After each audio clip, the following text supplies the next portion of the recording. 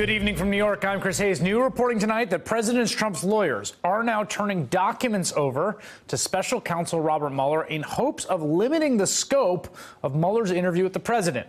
That news comes in the wake of the president unleashing his first direct attacks on the special counsel as he appears poised to begin a full-out offensive on the man who could take down his presidency. The floodgates opened after Attorney General Jeff Sessions fired now former FBI Director Andrew McCabe late on Friday amid massive pressure to do so from the White House and Trump allies on Trump TV for weeks and weeks and months at a time. They did that less than 2 days before McCabe was set to retire and collect his full pension. And that move, that's the move that appears to have emboldened the president. Because on Saturday morning, the president attacked Mueller by name for the first time.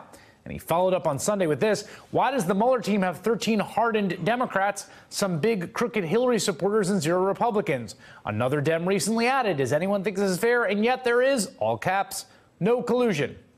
For the record, Mueller himself is a longtime Republican. You might call him a hardened Republican, were it not for the fact that hardened is the kind of adjective usually used to describe terrorists and criminals.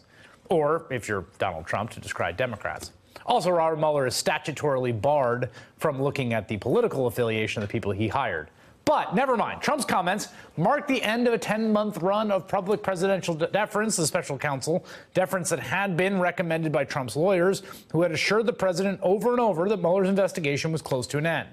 But in the wake of news last week that Mueller had subpoenaed the Trump Organization, which virtually guarantees that Mueller's probe will continue for at least several more months, Trump abandoned that uncharacteristic bit of restraint. There's likely more to come. Daily Beast reports that those close to Trump expect Trump to attack Mueller more directly, even if it means exacerbating his legal standing.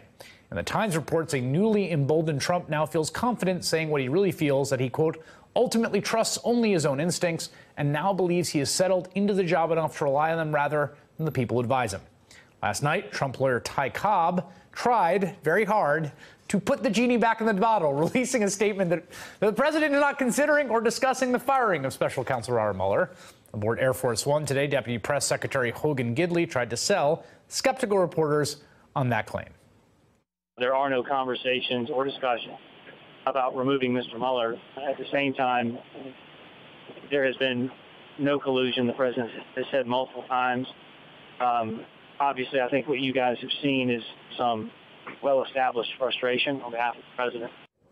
That message, though, was undercut by news today that Trump had added to his legal team a lawyer named Joseph DeGeneva, who alleges an FBI plot to frame Trump despite a total lack of evidence to back up that claim. The motive would be that they didn't like Donald Trump.